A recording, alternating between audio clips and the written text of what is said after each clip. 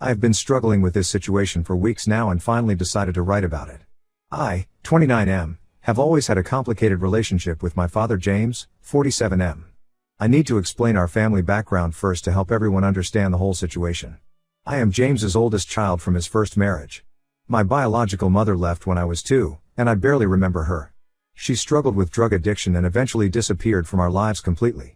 I later found out she passed away when I was 8, but James never told me. I discovered this through my grandparents when I was 16. After my mom left, I mostly lived with my grandparents until I was 10. James was always working and barely around. My grandparents were amazing people who gave me stability and love during those early years. They tried to get James to give them custody, but he refused, saying a son belongs with his father. The irony is that he was hardly ever there. When I was 10, James married Rachel and they went on to have 3 sons together, Matt, 24M, Luke, 22M, and Josh, 19M. Rachel turned out to be an incredible stepmom. She never treated me differently from her biological sons and always made sure I felt included in the family. She's the type of person who remembers everyone's favorite foods, keeps track of all our important dates, and genuinely cares about our happiness. She even stood up to James multiple times when he was being too harsh with me. James has always portrayed himself as this deeply religious and moral person. He made us attend church every Sunday, led prayer before meals, and constantly lectured us about living righteous lives. He was particularly strict with me because I was the oldest and, in his words, needed to set an example for my brothers. But his version of being religious was more about appearances than actual compassion or understanding. The first major conflict between us happened when I joined the military instead of going to college like he wanted. He said I was wasting my potential and disappointing God by choosing a path of violence. The irony is that he had no problem with violence when he used to get physical during my childhood, though he always called it discipline rather than what it really was. After leaving the service, I started traveling and exploring different spiritual practices. I spent time in Buddhist temples in Thailand, lived with indigenous communities in South America, and generally tried to understand different perspectives on life and faith. James hated this. He called me a hippie, said I was straying from God's path, and even told my brothers not to listen to my stories about other cultures and beliefs. But the real breaking point in our relationship came 3 years ago when I got divorced.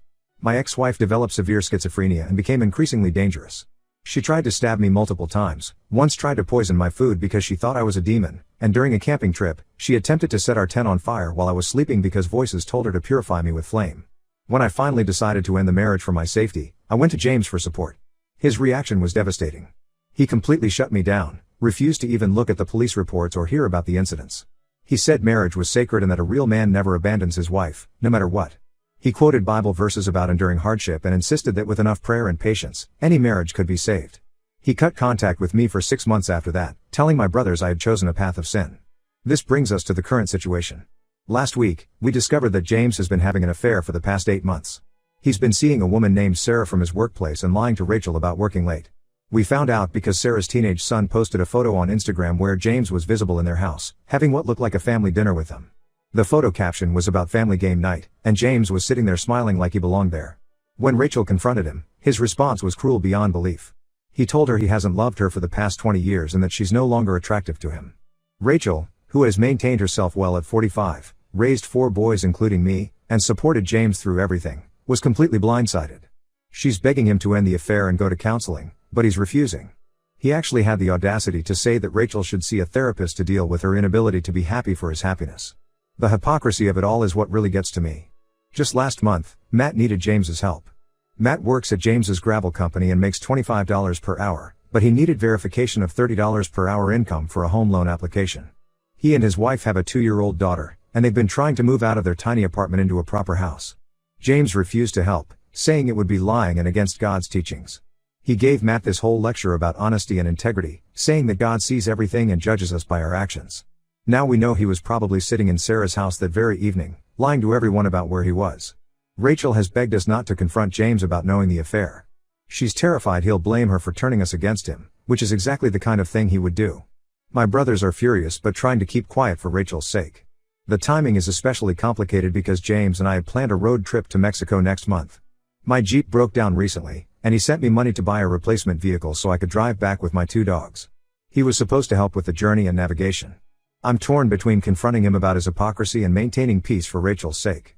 The man who lectured me about abandoning my dangerous wife is now abandoning his faithful wife of 20 years.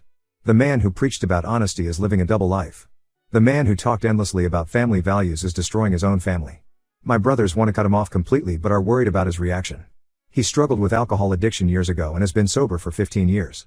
We're all concerned he might relapse if everyone turns against him at once. I've seen him during his drinking days, and it wasn't pretty. He would get violent and say horrible things, then cry and beg for forgiveness the next day. Right now, I'm leaning towards going on the planned trip because I need the help with transportation, but confronting him afterward. However, I'm worried that spending that much time with him might make me lose my temper, especially if he starts preaching about morality again. The other woman has previously reached out to Rachel through social media, so we could always say that's how we found out if needed. Part of me wants to maintain some relationship with him for my younger brother's sake, but another part feels like he doesn't deserve any of us in his life after what he's done. I've spent years trying to understand and forgive his controlling behavior and religious hypocrisy, but this feels like the final straw. How can I ever respect someone who preaches morality while destroying his own family? Update 1: Everything has gotten far worse than I could have imagined. I decided to go ahead with the Mexico trip because I desperately needed the help with transportation and couldn't afford alternative arrangements. I thought I could keep my composure and just get through it, but that turned out to be impossible. The first day was actually decent. We drove mostly in silence, listening to the radio. James tried to make small talk about work and the weather, carefully avoiding any meaningful topics. I played along, thinking maybe we could just get through this without drama. We even managed to have a normal dinner at a small restaurant near the border. But everything fell apart on the second day. We had stopped at another restaurant for dinner when James got a call. He looked at his phone, made an excuse about it being work-related, and stepped outside. He forgot that his phone was connected to the truck's Bluetooth system from earlier, so when he answered the call in the parking lot, it came through the speakers in the truck where I was waiting. It was Sarah, his affair partner, and she was crying hysterically about how he hadn't answered her calls all day. She was saying things like how much she missed him and asking why he was ignoring her. James was trying to calm her down in this soft, loving voice I had never heard him use with Rachel. That was when I snapped. I got out of the truck and confronted him right there in the parking lot. The look on his face when he realized I could hear everything was almost comical. He quickly hung up and tried to play it off, but I wasn't having it. 20 years of pent-up anger just came pouring out. I reminded him of everything, how he treated me during my divorce, all his preaching about family values, his refusal to help Matt with the loan application. His response was exactly what I expected but somehow still shocked me. He said my situation was completely different because my ex-wife just needed prayer and patience to be cured. According to him, mental illness is just a lack of faith, and if I had been a better Christian husband, she would have gotten better. Then he had the audacity to defend his affair. He said what he has with Sarah is real love, not like his marriage to Rachel. He claimed Rachel had been emotionally distant for years and that Sarah understands him in a way Rachel never did. When I pointed out that he's known Sarah for less than a year while Rachel has stood by him for 2 decades, he just waved it off. The argument got more heated, and that's when he let slip something that made my blood boil. He admitted he's been planning to leave Rachel for months. He and Sarah have been house hunting together, and he's already picked out a place where her son can have his own room. He talked about it like it was the most natural thing in the world, completely ignoring the fact that he has 4 sons and a granddaughter who would be affected by this. I immediately called Matt and told him everything. That's when the whole truth came out. Matt revealed that James hadn't refused to help with his loan application because of religious principles, he had refused because he needed that money for the down payment on his new house with Sarah. He literally chose his affair partner over helping his own son provide a home for his young family. Matt was furious and immediately called Rachel to warn her about the money.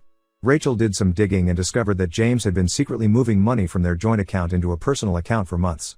He had been preparing for this split while pretending everything was normal at home. Rachel was devastated all over again but also angry.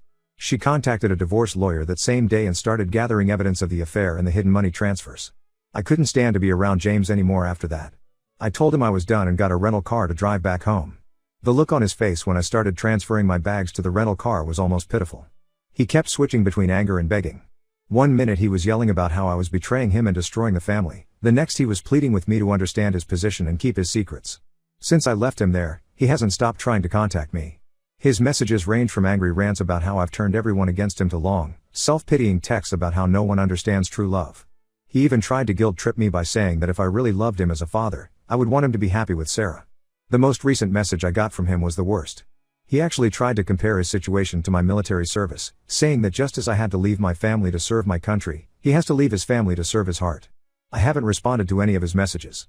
I just can't deal with this level of delusion and self-justification. Rachel is holding up better than expected, probably because she's finally taking action instead of just hoping things will get better. She's already moved all the remaining money from their joint account into a new account in her name only. James doesn't know about the divorce preparations yet, and honestly, I'm a bit worried about how he'll react when he finds out.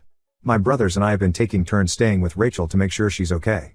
Luke found all the photos James had hidden of himself with Sarah and her son, dating back months before we discovered the affair. Josh discovered that James had even bought Sarah's son a gaming console for Christmas, the same Christmas he told Josh he couldn't afford to help with his college application fees. The more we discover, the more it becomes clear that James has been living a complete double life. The man who raised us to believe in honesty and integrity has been lying to everyone for months, possibly years. I don't know how we can ever trust anything he says again. Update 2: Everything has completely fallen apart now. The situation with James has gotten so much worse than any of us expected. After Rachel filed for divorce, James's entire world seemed to crumble, and his reaction has been nothing short of catastrophic. Last Tuesday, James showed up at our family home completely drunk. This was shocking enough since he'd been sober for 15 years, but his behavior was absolutely terrible. He started banging on the door at midnight, screaming about betrayal and how his family had turned against him. Rachel had to call me because she was terrified. She'd never seen him this bad, even during his drinking days before sobriety. When I got there, he was sitting on the front lawn, crying and talking to himself. The neighbors had come out to see what was happening, which made everything even more humiliating for Rachel. James kept shouting about how none of us understand true love and how we're all just jealous of his happiness with Sarah. But here's the real kicker: Sarah dumped him. Apparently, she had no idea about most of his plans. She thought their relationship was just a casual thing, something fun between two co-workers. When she found out he was planning to buy a house for them and that he'd been moving money around to leave Rachel, she was horrified. She had never asked him to leave his family and didn't want that responsibility. What made it worse was that Sarah's son had gotten attached to James and was upset about the whole situation. Sarah blocked James on everything and told her son to delete all their photos together and never post anything about James again. She even requested a transfer to a different branch of the company to avoid him. James couldn't handle the rejection. He started showing up at Sarah's workplace, sending her endless messages from different numbers, and even tried to contact her son through his gaming accounts. She had to threaten him with a restraining order to make him stop. The truly pathetic part was when he showed up at my apartment last night. He was drunk again, barely able to stand, and started crying about how he'd lost everything. But he wasn't crying about losing his wife of 20 years or his sons, he was crying about Sarah.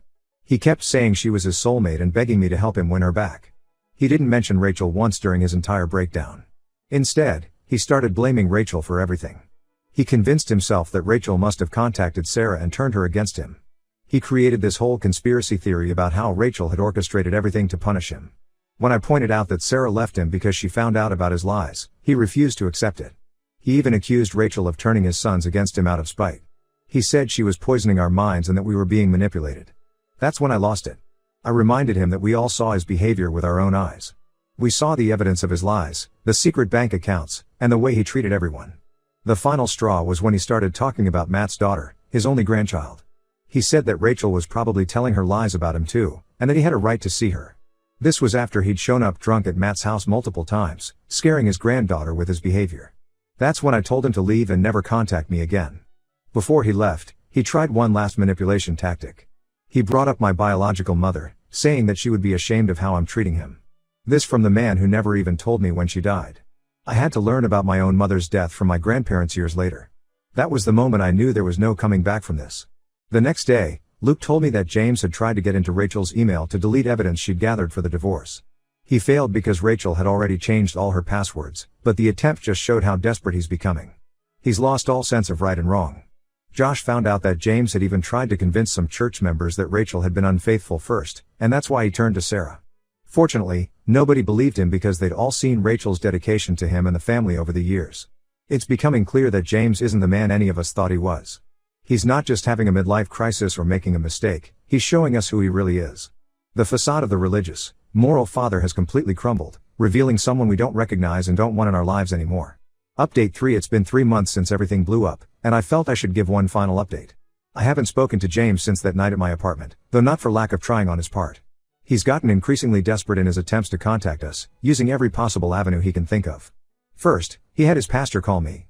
The pastor tried to convince me that it was my Christian duty to forgive my father.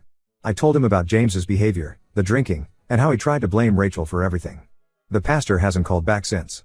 Then James started sending messages through extended family members. He told my aunt that he was dying, he wasn't, to get her to plead with us to reconcile. He told my cousin that Rachel had been abusive to him for years, she hadn't, to try to get sympathy. Nobody believes his lies anymore. Rachel's divorce is proceeding well.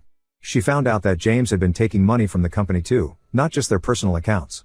The company's board forced him to step down after he showed up drunk too many times. They're doing a full audit now. Rachel's lawyer says this actually works in her favor for the divorce settlement. The change in Rachel has been amazing to see.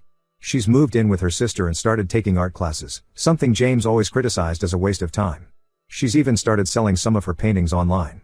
Last week, she told me she hasn't felt this free in 20 years. My brothers and I have grown much closer through all this. We have weekly family dinners at Rachel's sister's place. Matt's daughter, our little ray of sunshine, loves these dinners because she gets to play with her uncles and draw with Grandma Rachel. James isn't allowed to see her anymore after he showed up drunk at Matt's house 3 times, demanding to see her. The last time, he scared her so badly that she still asks if the angry man is coming back. Luke drove past James's new apartment last week. His truck was there, surrounded by empty bottles. He's living in this run-down complex on the edge of town, the complete opposite of the fancy house he'd planned to buy with Sarah. Speaking of Sarah, she's apparently dating someone new and has moved to a different city with her son. Some family members from church keep saying I should help James because he's still my father and he's struggling. They say he's lost everything: his wife, his sons, his job, his reputation, and his sobriety. But I remember how he treated me during my divorce, how he hid my mother's death from me, how he chose his affair partner over helping his own son, and how he tried to blame Rachel for his choices. The last attempt at contact came yesterday. James left a letter in my mailbox. I almost didn't read it, but curiosity got the better of me.